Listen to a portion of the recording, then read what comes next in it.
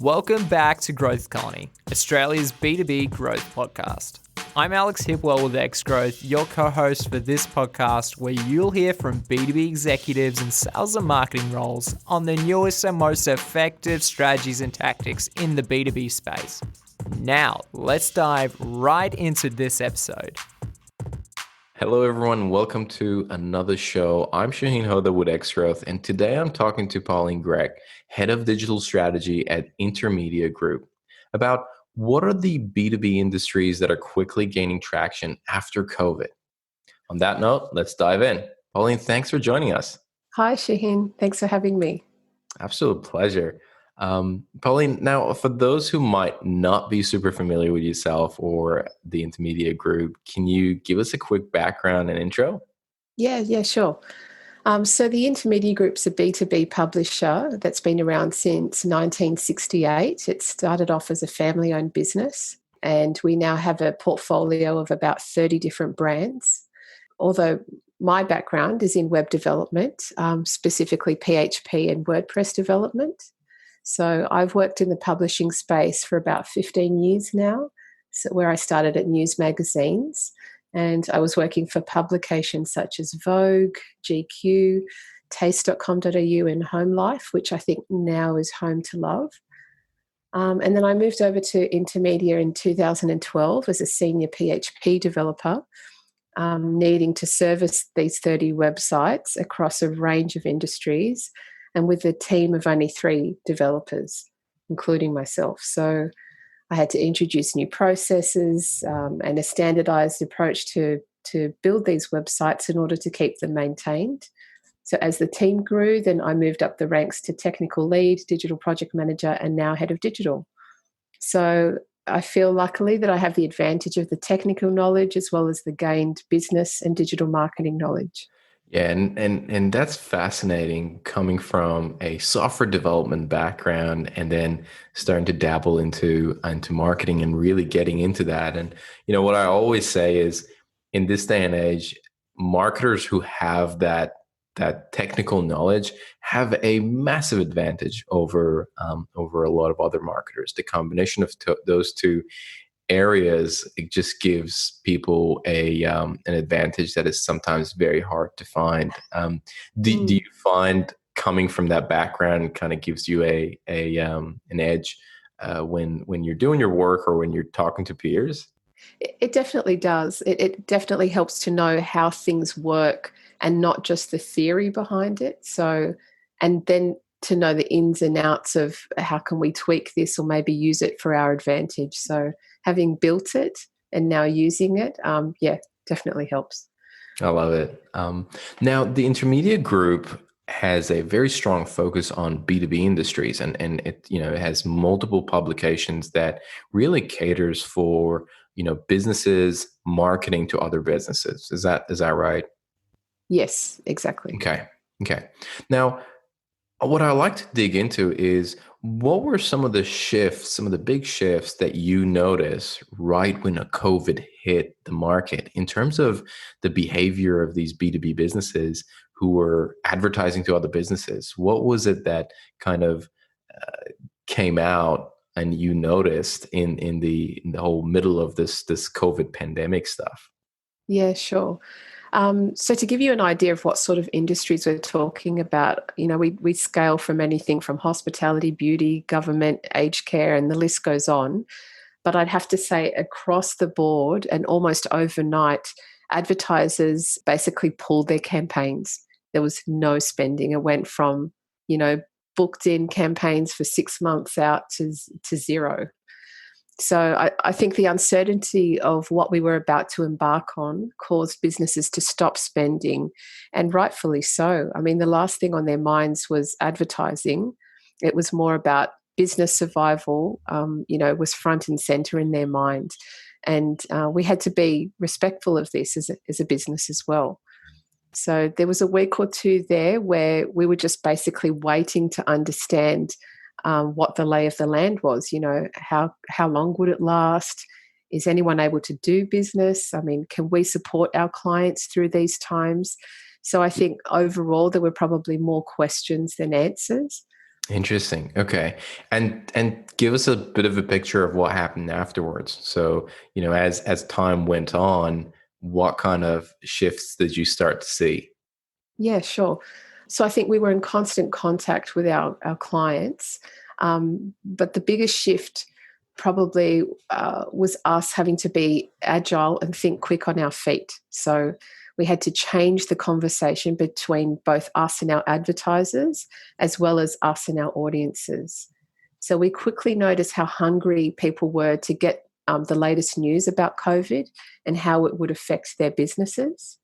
And this in turn increased our traffic on our websites by 50% or more in some cases. So ironically, it was the best time to advertise because of all this traffic, and no one was advertising, or no one was confident to advertise. Wow. Okay. Yeah, we quickly, started creating these small hubs on each of our websites that had exclusive COVID-related content, and giving them special hashtags like hospitality strong or hashtag strong together. Or for our New Zealand titles, we had hashtag hospitality kia kaha, which is, in their native tongue. So this created a sense of community and support for the industry. And we created a joint advertising partnership for our major investors. And we leveraged, existing long-standing relationships with these advertisers. And luckily, they all came to the party, realising just how important this message of support was during, these uncertain times. So the campaign then became hashtag hospitality strong, brought to you by advertiser X plus Y plus Z. Where in the past, we would have never seen that, joint advertising from 2 or 3 brands or more. Right. Very Mm. interesting. Mm. I mean, it's crazy to think that you say 50%. It's not like Intermedia Group is is a small brand, or it's a new brand that, hey, 50% increase is it's normal for going from 100 to 150 visitors, or even 1,000 to 1,500 visitors. It's not Mm. massive increase, but you're in we're talking big numbers here. We are, yeah. Yeah. It was surprising. Gotcha. Now, I'd love to maybe dig a bit deeper into some of the industries that you've seen going strong in these times, and some that aren't Mm-hmm. picking Mm-hmm. up as much traction. What comes to mind, and what have you seen? Sure. So I'll start with our stronger industries. I'd say generally they've been the aged care industry, ironically, the hospitality industry, and the beauty industry. So speaking to our sales team, they've basically mentioned, basically we've been leveraging our long-term relationships because luckily our brands are the voice of authority for those industries. They've been around for, 20, 40 years, some of them. And we were actually able to be flexible with our clients' needs, nurturing those relationships, constantly throughout the whole pandemic. And in some cases, it became more of an emotional sell, the idea of supporting the community. And then that's what brought our clients over the line. For the aged care industry, we had actually unusually an influx of new clients coming on board, mostly cleaning products, trying to take advantage of the whole pandemic. Especially given all the recent publicity about aged care and how they've been affected. We've had to create extremely agile new packages, very quickly to suit our clients' budgets, and be very flexible in that respect. And in some cases, creating a sense of urgency to take advantage of the pandemic and turn this negative sort of news story into a positive one, with the whole support and industry community. Yeah. Yeah, we've also utilised some industry bodies and our relationships to those associations and asked them to support the industry during these times, which luckily they have.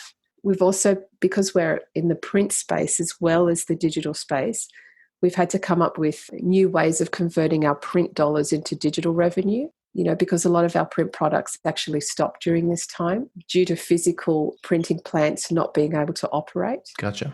Yeah. It's really cool that you're saying the travel industry, the hospitality Mm, start to get a lot of traction because I mean that industry completely, for lack of a better word, died especially in the first maybe month or two exactly. of this pandemic, and you kind of said that this was due to some of the strong relationships that you had and the sales team had. But was Hmm. there any other reasons that you can think of why people who are trying to market to hospitality Hmm. businesses all of a sudden increased their budget and really went strong?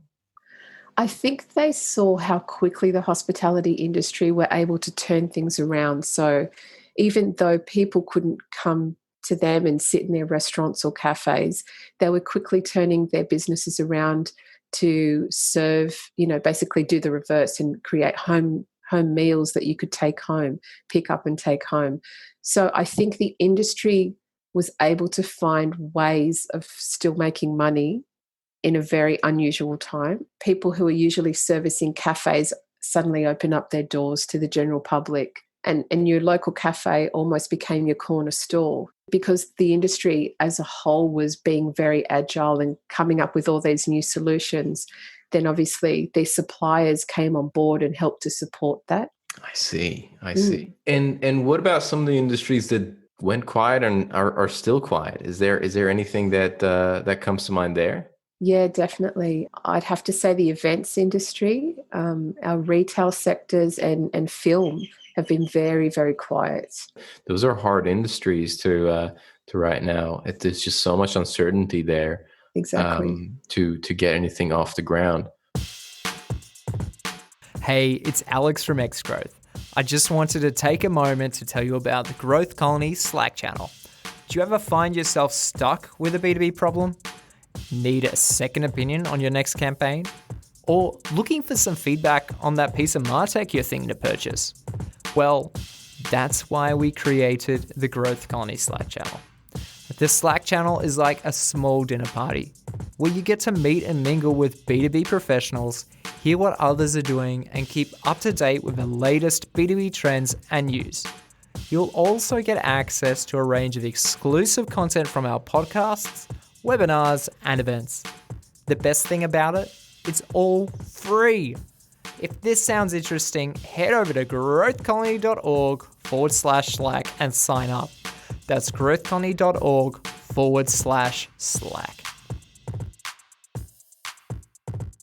Regarding the industries that start to pick up their marketing and advertising, Hmm. what did you see change in terms of their marketing, in terms of their messaging, in terms of their go to market strategy and positioning? I mean, one of the things you mentioned was how companies started to collaborate with one another in their marketing effort. Was there anything else notable that you saw during this past 3 months that you like, this is unusual, we hadn't seen this before, or we haven't seen people approaching this particular area from this angle? Was there anything that stood out? Yeah, so aside from our suggested hashtag campaign, we noticed pretty much overnight businesses were super sensitive, to what was happening. And the messaging changed immediately from, buy my new product or service to a more socially conscious messaging such as local matters, we've been supporting local for over 50 years, or we support small business. And it was all about support and community and rallying together. So, yeah, providing that sense of community and support has been, I think, some of the most successful campaign strategies we've seen over the last few weeks. Right, right, and that makes sense. I mean, you don't want to come off tone deaf and start, talking about again, buy my product where people are having difficulty. Exactly.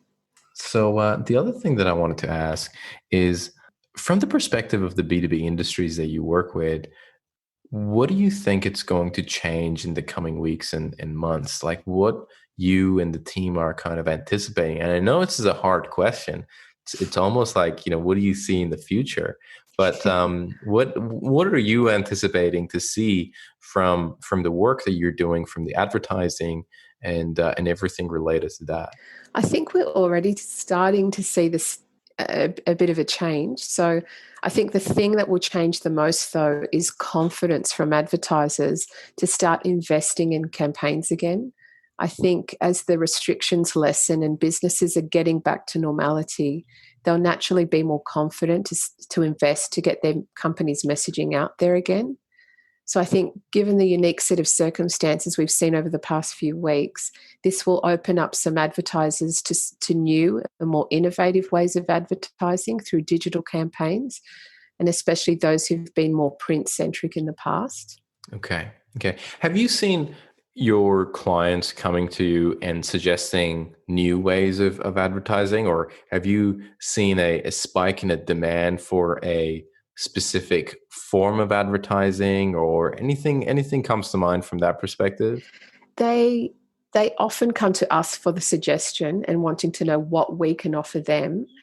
We've actually started to promote more digital magazines as opposed to the print product, because that's our industry, and they've been very open to being part of that because it's so dynamic. You can have video, you can have there's so much more you can show and be interactive with a digital magazine as opposed to the printed product. So they've been more open to that, and almost out of force they've had to accept that format, but then actually embraced it at the same time. So that's been interesting to see. Yeah, right. And yeah, mostly on the flip side would be on our websites, people are investing more in banner advertising specifically. Gotcha. And sponsored content. So I'm going to turn that question and formulate it from your perspective. Is there anything that you and the team at the company at Intermedia Group is going to change in terms of how you're going to be maybe producing content, or the way that your customers are able to advertise, or anything that this kind of COVID has brought about that you're changing in the way that you're operating?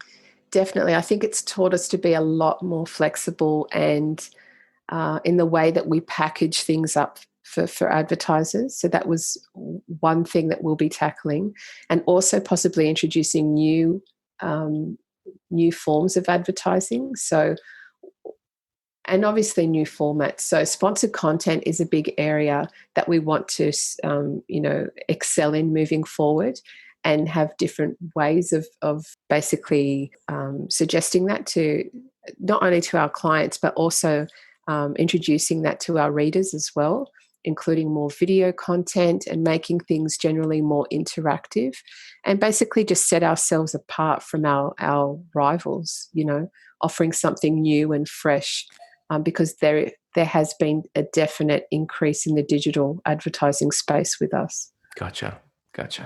That's lovely. Now, are there any other points that you think I haven't covered, or you think listeners will gain value from that we didn't touch on in our conversation so far? If they could learn from the biggest lessons we've learned as a business, basically over the last few months, we've learned that through empathy and being flexible with our clients, and being more sensitive to the situation at hand, I think we've learned a lot, and we've benefited a lot from that. I know that we're not through the woods yet. It's still around, but I think we're hopeful that 2020 will still end positively for the B2B industry. I think there's still a lot yet to come. Fingers crossed. I mean, we're getting worried again here in Victoria with some of the outbreaks, but that's definitely something we all hope for, and it seems like we're going in the right direction. Now, if anyone wants to basically reach you, or they have more questions about the company, or they want to find out, Pauline, what's the best way for them to do so? Sure. So you can find out about the Intermedia Group by visiting www.intermedia.com.au.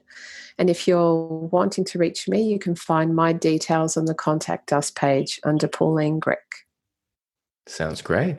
Well, Pauline, thank you so much for joining us. I definitely enjoyed getting that insight from your perspective and what's been happening with the B2B industry. So thanks so much for being on the show. Thanks, Shahin. It's been great. Thank you.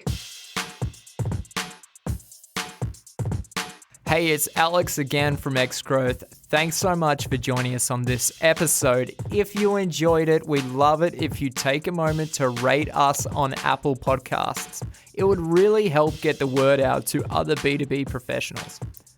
If you're hungry for more B2B content, make sure to join our Slack channel at growthcolony.org/Slack, where we share the latest B2B news, tactics, tips, and chat about problems we're facing in the B2B space and find solutions together.